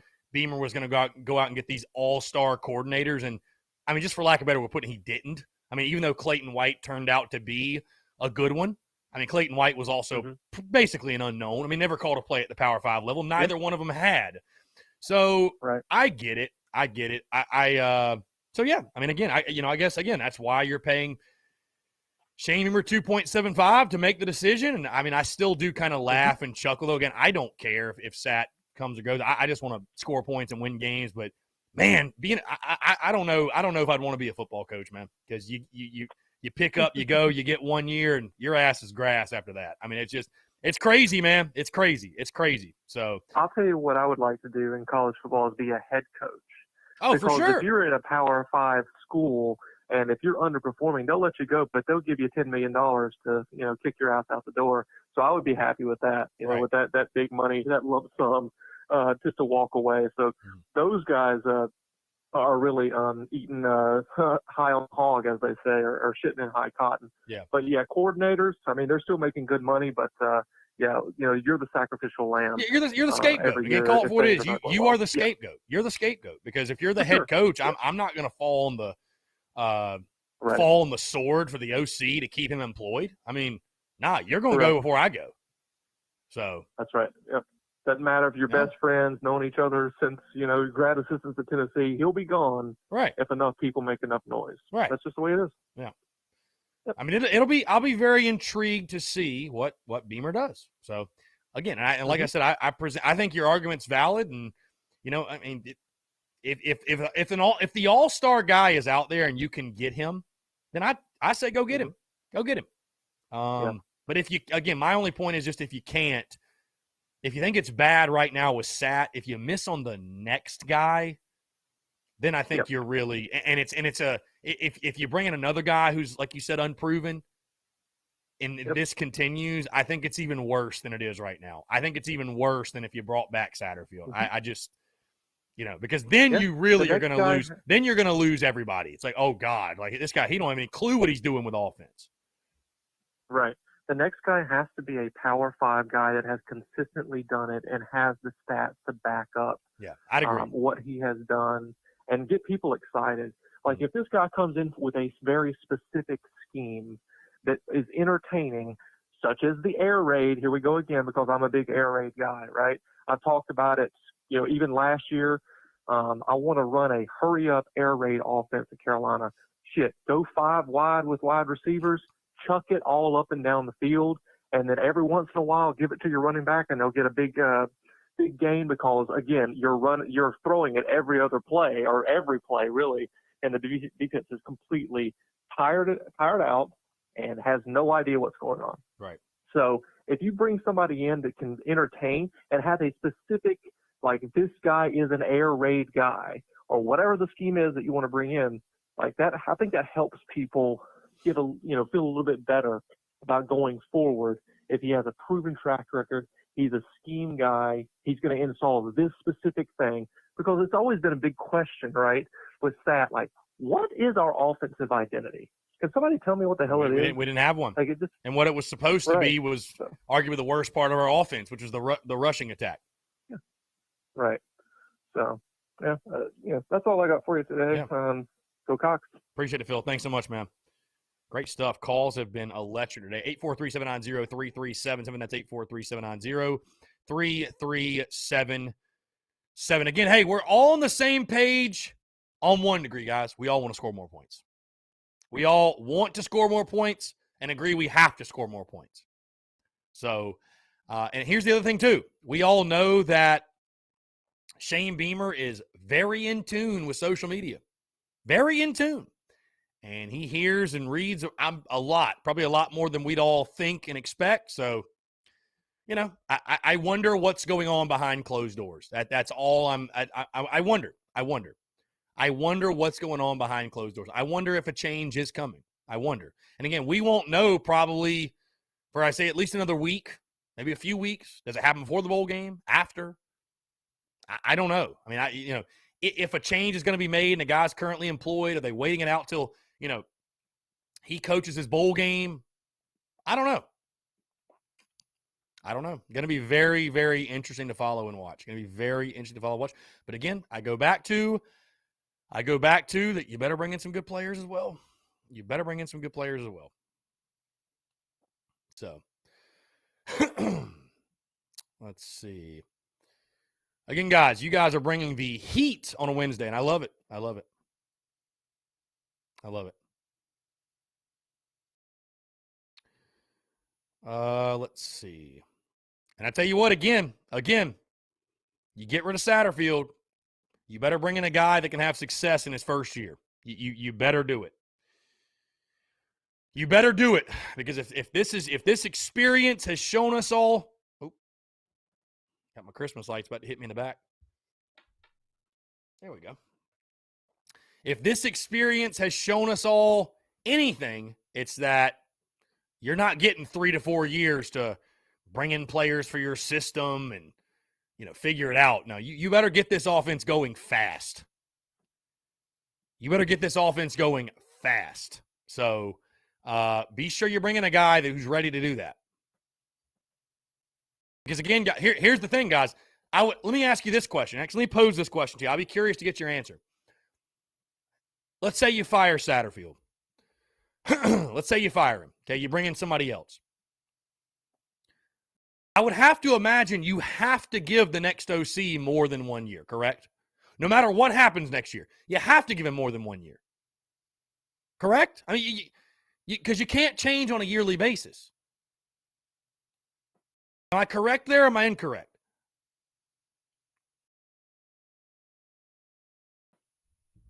Wow, Caden Gibson with the fire. Hot take. Our defensive line was the worst position group on the defensive side of the ball. I'd probably have to say linebackers, Caden. I think the linebackers were pretty much non-existent this year, especially when you lost Sherrod Green early on. And, I think a lot of the, I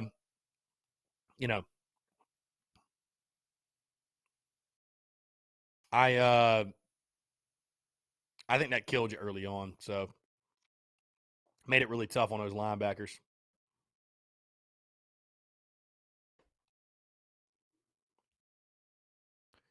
Let's see. JB, Pop Quiz, Chris, Satterfield, or Roper, and why? I would still say Satterfield because Roper had extreme offensive talent and did nothing with it. But I will tell you this. It's hard to judge anyone that coached under Will Muschamp. Hard. Very hard. Very hard. Coach Forts is not what I'm saying, Chris. What was I addressing that you said? I just asked the question, do you feel like if you get rid of Satterfield now, which is fine, do you have to give the next OC more than 1 year? Because, again, I just don't know how in back-to-back years, even if the offense sucks next year, I don't understand. I don't see – I can't comprehend how you could realistically fire offensive coordinators back-to-back seasons. And Coach Ford then says, I just feel that Satterfield's pushing an angle that is headed nowhere. The reason we hired a new staff was a boring physical run the ball identity.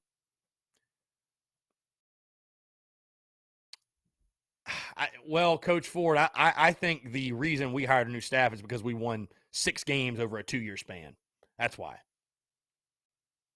So that's why. It doesn't matter if you're boring. It doesn't matter if you're in the triple option. If you win games, you'll have a job. So obviously what they were doing wasn't working, but, Good point, Keith. Says we'll see how it affects Auburn. Fired Bobo after 1 year. That's a very good point. So I guess it can be done. I don't know. Hell of a job Beamer's got in front of him, but hey, again, that's why he's getting paid the big bucks. That's why he's getting paid the big bucks. Again, 843-790-3377, guys. That's 843-790-3377. Taking your questions, comments, calls. Questions, comments, calls as well. Let's see. Brian Dean says, I would fix our main problem first, the offensive line. Agree. That's got to get better. Obviously got to get better. Has to get better. Yep. Doesn't matter who your OC is, it can't block anybody.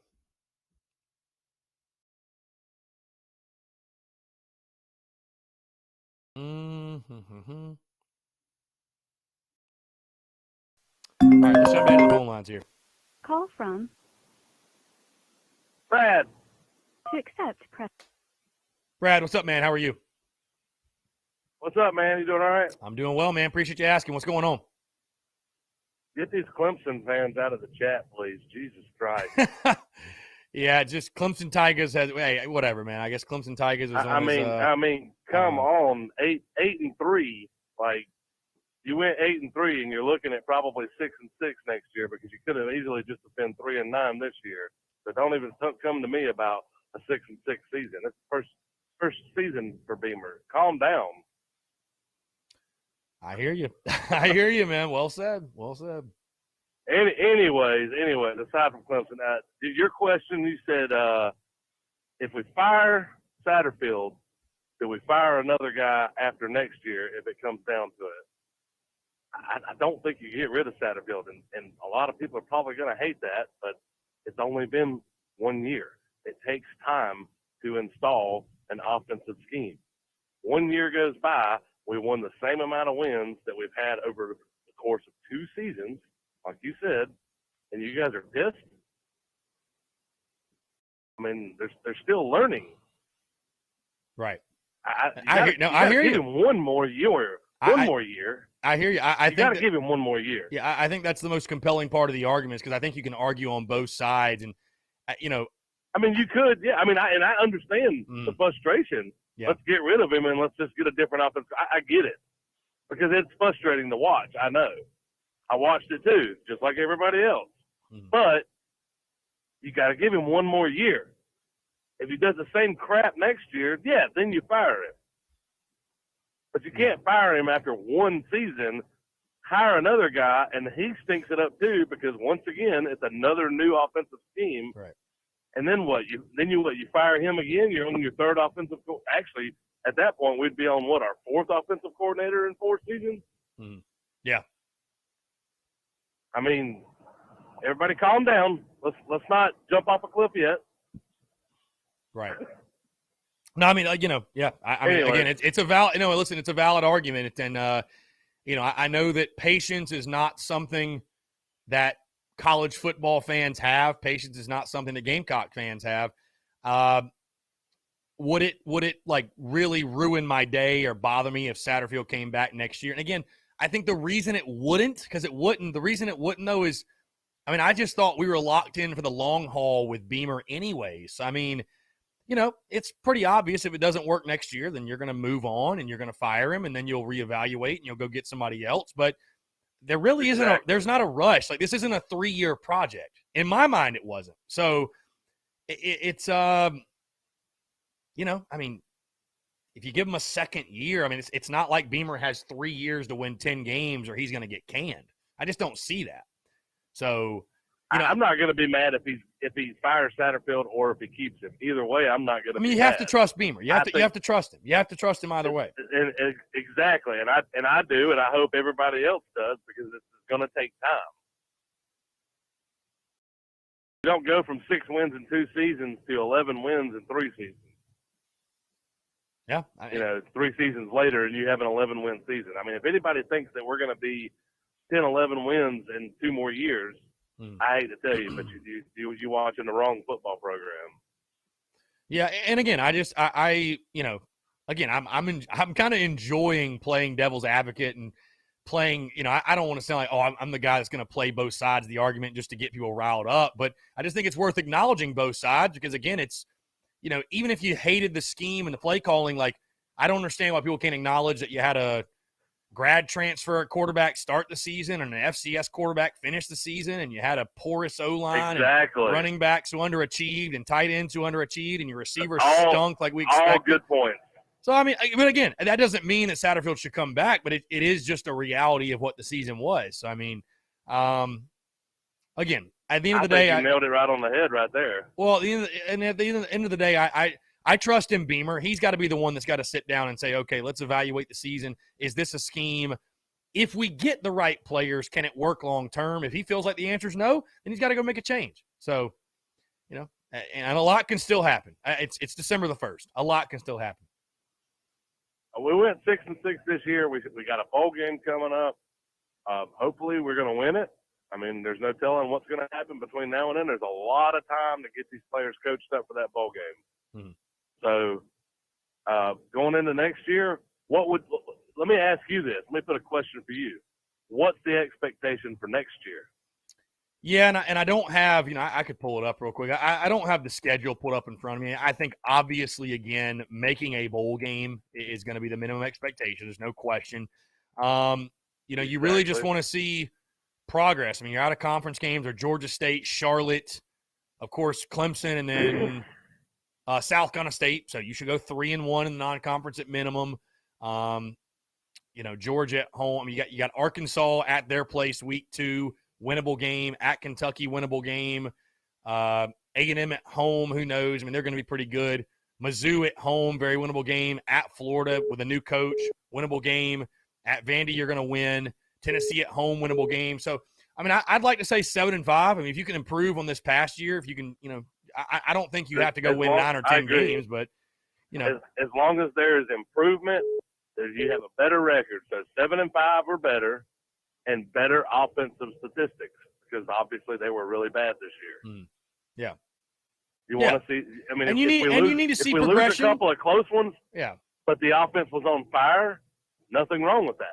Well, I mean, I think here's the funny thing, man. I think we could go 5-7 next year, but if we score 40 points per game, fans will say we had a better year in year 2 than we did in year 1, which is the most ass-backwards way of thinking. Everybody, it's just the fact that, man, people would rather watch a team – people want to be entertained. They want to be entertained.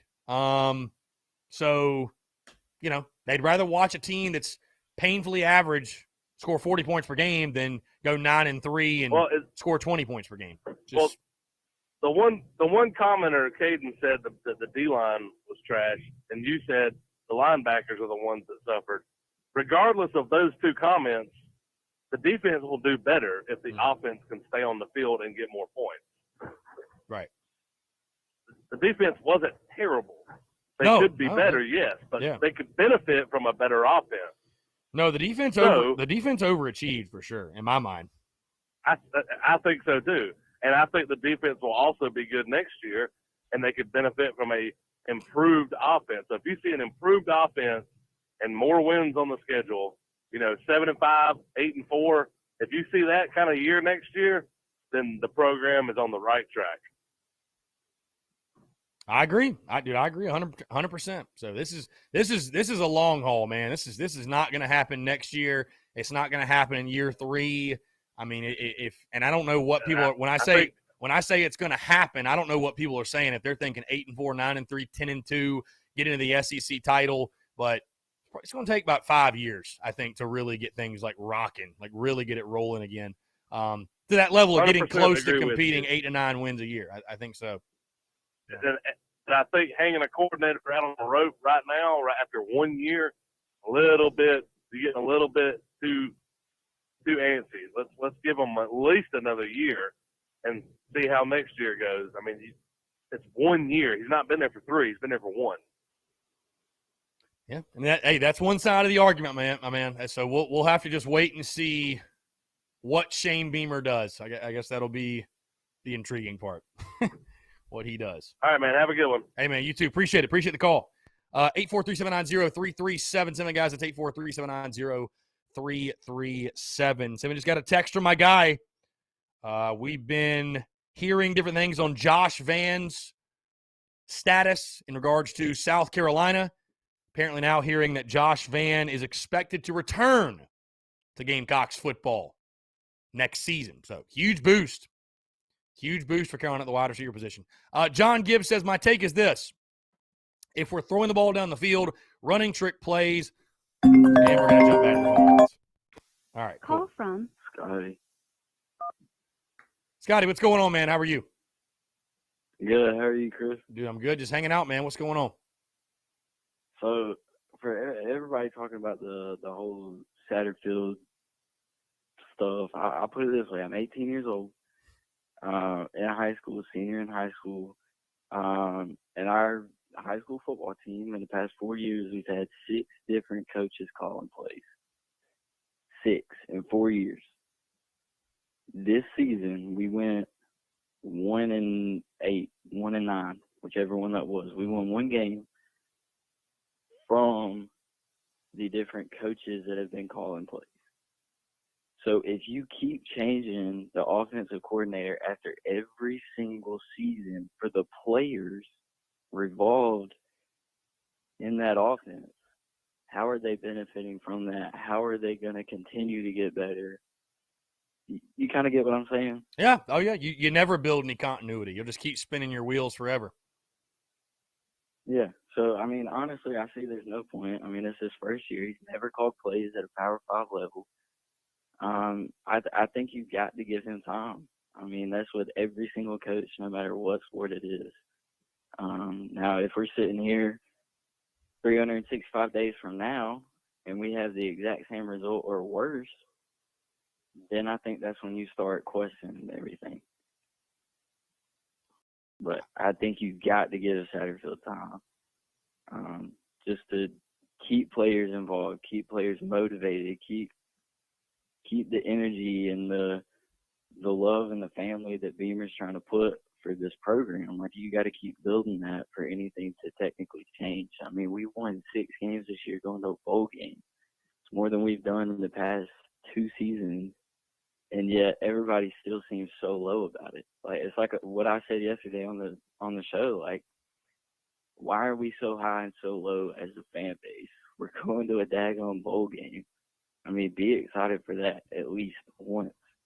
I mean, I understand, like, the frustration, because how do you beat Florida, lose to Missouri, and then beat Auburn and then get absolutely shut out by Clemson? Yes, that's frustration, especially when it's your in-state rival. But you gotta give them more time, in my opinion. That is a very fair, level-headed, well-articulated take, my friend, and I appreciate you sharing that with us. I think you bring up a lot of good points, and I think especially too, after what Beamer's done in almost his first full calendar year as head coach, even if you don't like Sat, even if you think there should be a change, has Beamer not at this point earned your trust as a fan that he will do what is best and necessary for Carolina football? I know he hadn't been here that long, but what he's been preaching for almost a calendar year, it's, I guess, I'm not necessarily as worried about it because, hey, Beamer's the head coach. I don't have to make the decision, nor do you, nor does anyone else. Shane Beamer will make that decision. And I feel confident that he will. Hey, like you mentioned, the continuity, the culture, the family atmosphere, and if Beamer feels like maybe there's things happening behind closed doors we don't know about, if Beamer feels like that Sat's not the best fit or in the best interest of the program moving forward, he will make the change. I'm not nervous about that or worried about it. So I think you make a lot of good points. So, and I appreciate you, like I said, sharing that take with us. For sure. I mean, if you think about it on a deeper level, I mean, as soon as you go back and you watch his very first press conference when they first introduced him as a head coach here at South Carolina, immediately what he said that he was going to do after that bowl game and after the playoff run with Oklahoma was recruit. He knew at the beginning of when he was hired that he had to have more playmakers, both offensively, defensively, and on special teams. He said it right after the Clemson game. He knows that we need more 5-star, more talent, more players. And he said it all year too. If you've really listened and read between the lines, he said it all year. He said it all year. Yeah. I mean, especially even as fans, like, you still got to get excited. I mean, we got one game left. We have a chance, by the way, since I've not heard anyone say this. We can go above 500 in Beamer's first year. And it seems like we're all down in the dumps about it. So don't ride too high, don't ride too low, and ride with Beamer. It's really all I got to say. So I love it, man. man. For accepting the call, man. Dude, I love it. Appreciate it. Call in anytime. Appreciate you, my man. Thank you. Great stuff. Fantastic. Fantastic stuff. That's how, that, folks, right there is how you call in, articulate your point, provide context to your point. That's how you do it. That's how it's done. Well done. Well done. Well done. Just a couple minutes to go, guys, here on this a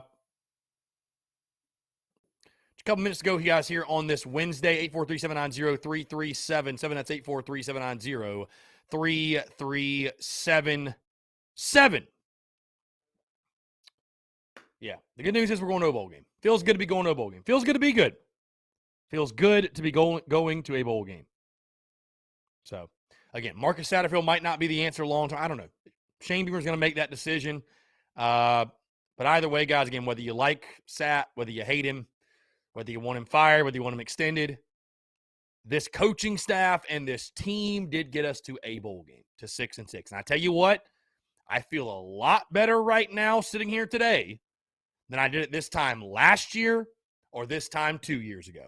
I can tell you that right now. Because guess what? Selfishly, we haven't been to a bowl game since I moved to Columbia and been doing this full time. So I'm so happy to get to cover a bowl game. I'm so happy to get to make content around a bowl game. God, that feels so much better than what we were doing before. Feels so much better. Feels so much better. So excuse me for not, my first emotion after the season going to complaining and vitriol and being upset. I trust Shane Beamer's going to make the move. I trust Shane Beamer. Leave it at that. And to Coach Ford, we're not hiring Art Briles, Coach. We're not hiring Art Briles. So enough with the Art Briles stuff. Enough. Yeah, James Kendall, the last bowl game was 2018 against Virginia in the Belk Bowl. I was there, and that's been my only bowl game experience. Only one. So definitely needs to improve.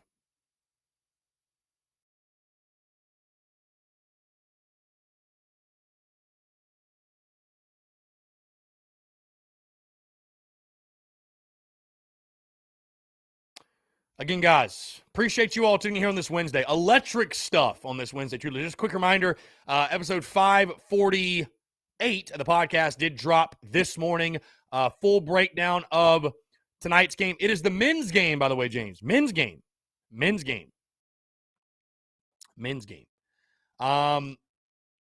Full breakdown of tonight's game, though, against Coastal Carolina in Coastal. Also, I give my SEC gambling pick for Saturday.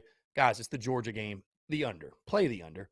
Also, of course, like I said, tonight we are live at Tin Roof, 5 to 7. Going to be a hell of a time. Would love for you guys to come on out. $3 drafts, $3 rumple shots, 50-cent wings. You already know the drill. And we're going to be playing the game at Tin Roof after our show. So, again, would love to see you out there, guys. Again, thank you all so much for tuning in. Also, guys, one last thing. Thank you all for making November such a huge success. From the podcast, the Daily Crow, to the content, social media, merch, everything, guys. Thank you so much. I truly do appreciate it. Thank you all for the banter today. Today was incredible. I love it. Hey, the beauty's in the banter. We may not always agree, but that, my friends, is what makes it fun. Hey, have a great rest of your day. Have a great hump day. Have a great rest of your Wednesday. We will talk to you tomorrow. Go Cox. Beat Coastal.